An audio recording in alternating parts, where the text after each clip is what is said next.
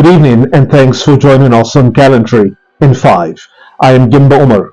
The Minister of Humanitarian Affairs, Professor Mentawai Yilwatda, is seeking high-level collaboration with the military. The Minister was speaking to the Chief of Defence Staff, General Christopher Musa, in Abuja today. And he also believes that the area is open to explore a capacity building, logistics and peace building, as well as interrogation with the federal government's Skills to Wealth program. CDS General Musa welcomes the innovation of a Skills to Wealth training project by the ministry and pledges the armed forces full support for the ministry's initiative. In the meantime, the CDS has been speaking on efforts and synergy in the intelligence architecture to dismantle Boko Haram and its stronghold in the Sahel region. He spoke to us on Gallantry, a military service program designed to keep Nigerians abreast with the bravery of the soldiers, their sacrifices, as well as the military's achievements. Take a listen. Well, for every soldier, that's where it's important. Once you are deployed, you know you are there. The enemy you are dealing with, like I said, why the terrorists is a bit different is because there are a bunch of deranged individuals that don't even know what is good for themselves. And if you are dealing with somebody who has nothing to lose because they don't have family, there is nobody. When they die like chickens. Nobody. And that's why it's very important for our troops to understand that we must take these guys out. They don't mean anyone. They have no regard for anyone. Whether the elderly, children, you see how they butcher people around. So to tell you how the kind of mindset they have. And that's why we have no hold on them. In the meantime, the Chief of Army Staff, Lieutenant General Olufemi Oluyede, has handed over newly acquired Vanquish armored tankers to the commander, Operation Hadim K, Major General Abdulsalam. General Oluyede made the presentation during the 2025 biannual Army Conference held at the Command Guest House in the Malari Cantonment in Maiduguri, the Borno State capital.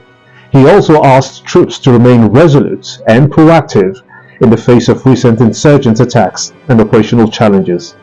The COAS believes that setbacks should not dampen the soldiers' morale, but rather inspire renewed commitment, sacrifice, and strategic innovation to defeat terrorists, bandits, and other criminal elements in an attempt to destabilize us. The tankers are equipped with advanced features including night vision, the ability to travel over 80 kilometers on flat tires, full suspension modifications, and 360 degrees protection. This, he says, will further boost the troops' capabilities in checking recent insurgents and resurgence of terrorists in the northeast.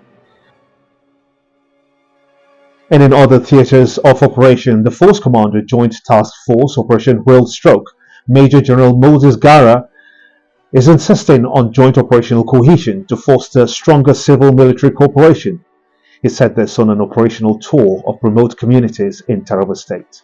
The visits included engagement with key stakeholders and inspection of frontline troops deployment on the Sector 3 OPWS. And as part of the tour, Major General Gara paid a courtesy visit to the Executive Governor of Taraba State, His Excellency Dr. Kefas.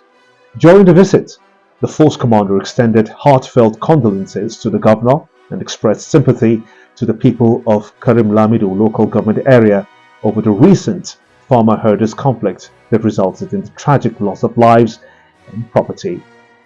And on his part, Governor Kefas lauded the dedication, professionalism, and sacrifices of troops of OPWS. He reaffirmed the state government's unwavering support for the Joint Task Force in its continued efforts to combat banditry, intercommunal violence, and other forms of insecurity in the state. And earlier, Major General Gara visited several key troops locations within Sector 3, including Zakibiam and Wukari, where he was briefed by the Sector 3 Commander, Brigadier General Kingsley Uwa, on the recent and current operational dynamics of the area. The operational tour also included a visit to the OPWS boat company to assess the combat readiness of the personnel deployed to safeguard riverine communities. And that's Gallantry at this time. Just a few stories we have for you. Join us much later, top of the hour, for an update. I'm Gimba Umar, and we'll see you then.